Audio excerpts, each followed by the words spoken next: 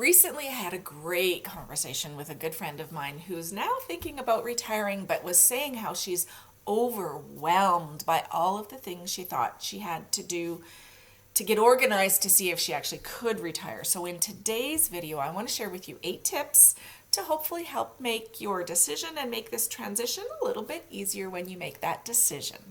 I'm Maureen Dobransky. This is Life Starts at Retirement.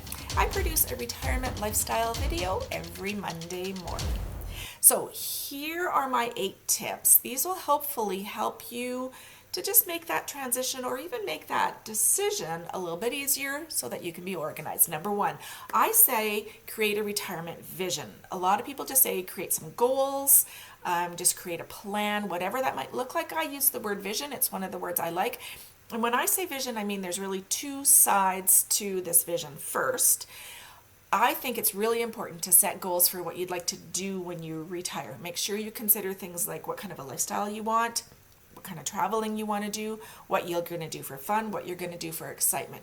You do that part first because the second part is all about costs. So what's it going to cost? What are your living costs? Where do you have, what do you spend daily? What are your costs going to be for your travel, for your fun, for your expenses?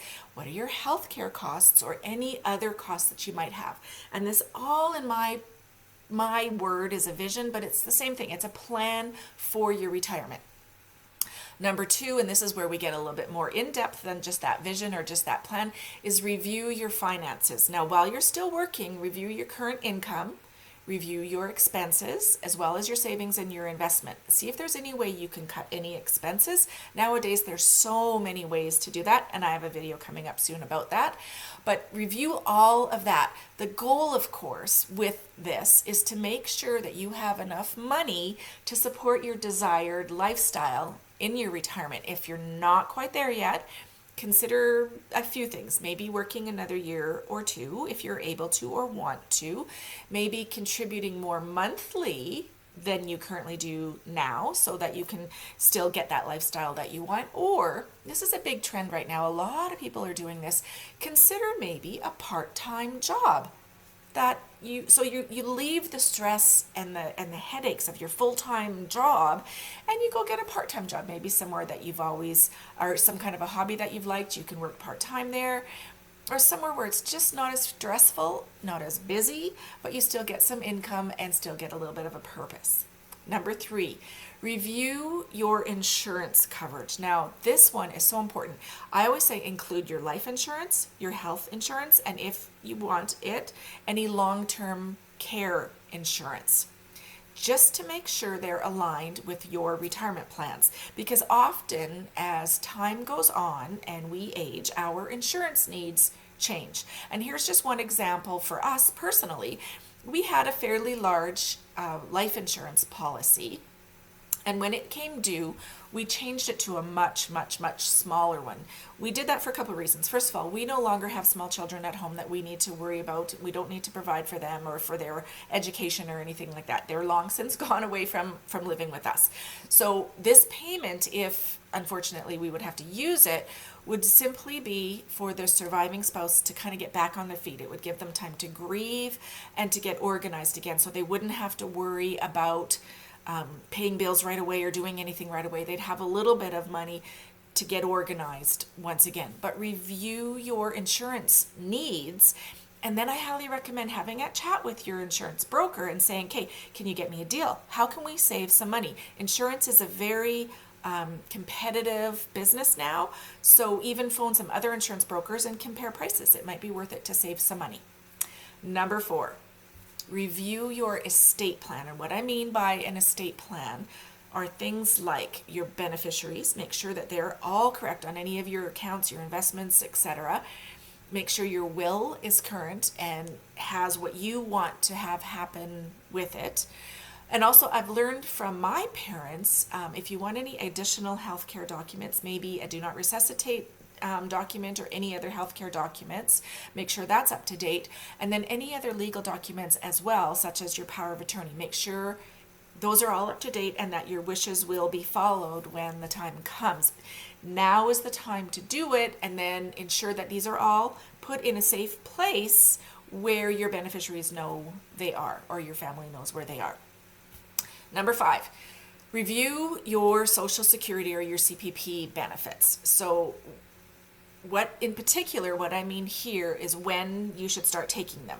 So for both Canada and the US, the government allows sort of a timeline, a number of years that you can begin to collect them. The earlier you start collecting them, the less you'll receive monthly. And the later you start collecting them, the more you'll receive monthly. So it's sometimes fine tuning how much you have versus how much you're going to get from the government versus what kind of a lifestyle that you want. So it's often a good idea to have a professional take a look at your entire investment portfolio, what kind of lifestyle you want, etc., and then have them help you to determine when is the best time to take your Social Security benefits. Number 6. One trend that I see quite a bit in retirement is that people start to consider their living arrangements. Now, what I mean by this is many people have decided if you own your primary residence in a big city, they've decided to sell their main home and move to a small community. There are many, many benefits to this, such as oftentimes the big city is less community oriented. Nobody wants to get to know their neighbors, nobody really cares, and oftentimes a smaller community is much more kind and much more caring. Also, maybe there's a bit of a slower lifestyle for you. Maybe there's more retired people in this community, and it'll give you that sense of fun and desired lifestyle that you want. And then hopefully, or maybe many times, when you sell in a big city, you'll get way more money than if you buy in a smaller community, and you'll have that additional funds that you can use for your lifestyle. But there also are a few downfalls to this. If you have built up a community of people already in your city, you'll probably lose that community, or it'll be more distant. And same if your family and friends are closer, that might be difficult for you too. So many experts say don't make any of these kind of big decisions until at least 6 months to a year after you retire, because then you'll know what your retirement is all about. You'll have a feel for what's good and what's bad, and you'll be able to make those decisions easier. And then also, many experts say if you're thinking of actually selling your home and moving to a smaller community, it's worth thinking about to actually rent in that smaller community for 6 months, because things look good on paper and things often look good when you're visiting, but when you have to live there day to day, it may not be quite what you thought it would be. So renting for 6 months might be a good idea. Number 7, I always recommend seeking professional advice. So consult with a professional advisor or some professional to help you create your retirement financial plan that's tailored to your specific needs and your specific goals. But one rule of thumb that I never invest with anyone where they won't show me their personal investment portfolio. Because if they don't have good growth and good income and good plans for themselves, I don't want to use them. They won't have for me. And then number 8, stay informed. Stay informed about changes in laws, regulations, taxes, programs, any other factors that may affect your retirement. Many times the government will offer new programs like they're doing here in Alberta right now for seniors or low income earners.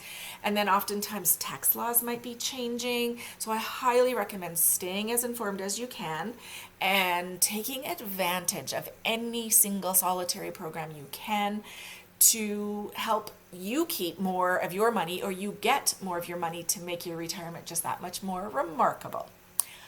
So by following these steps, or if you can provide any others, I'd love to hear any other way that you use to stay organized. I'm so excited for you for the day that you do retire, and hopefully you'll make your retirement remarkable.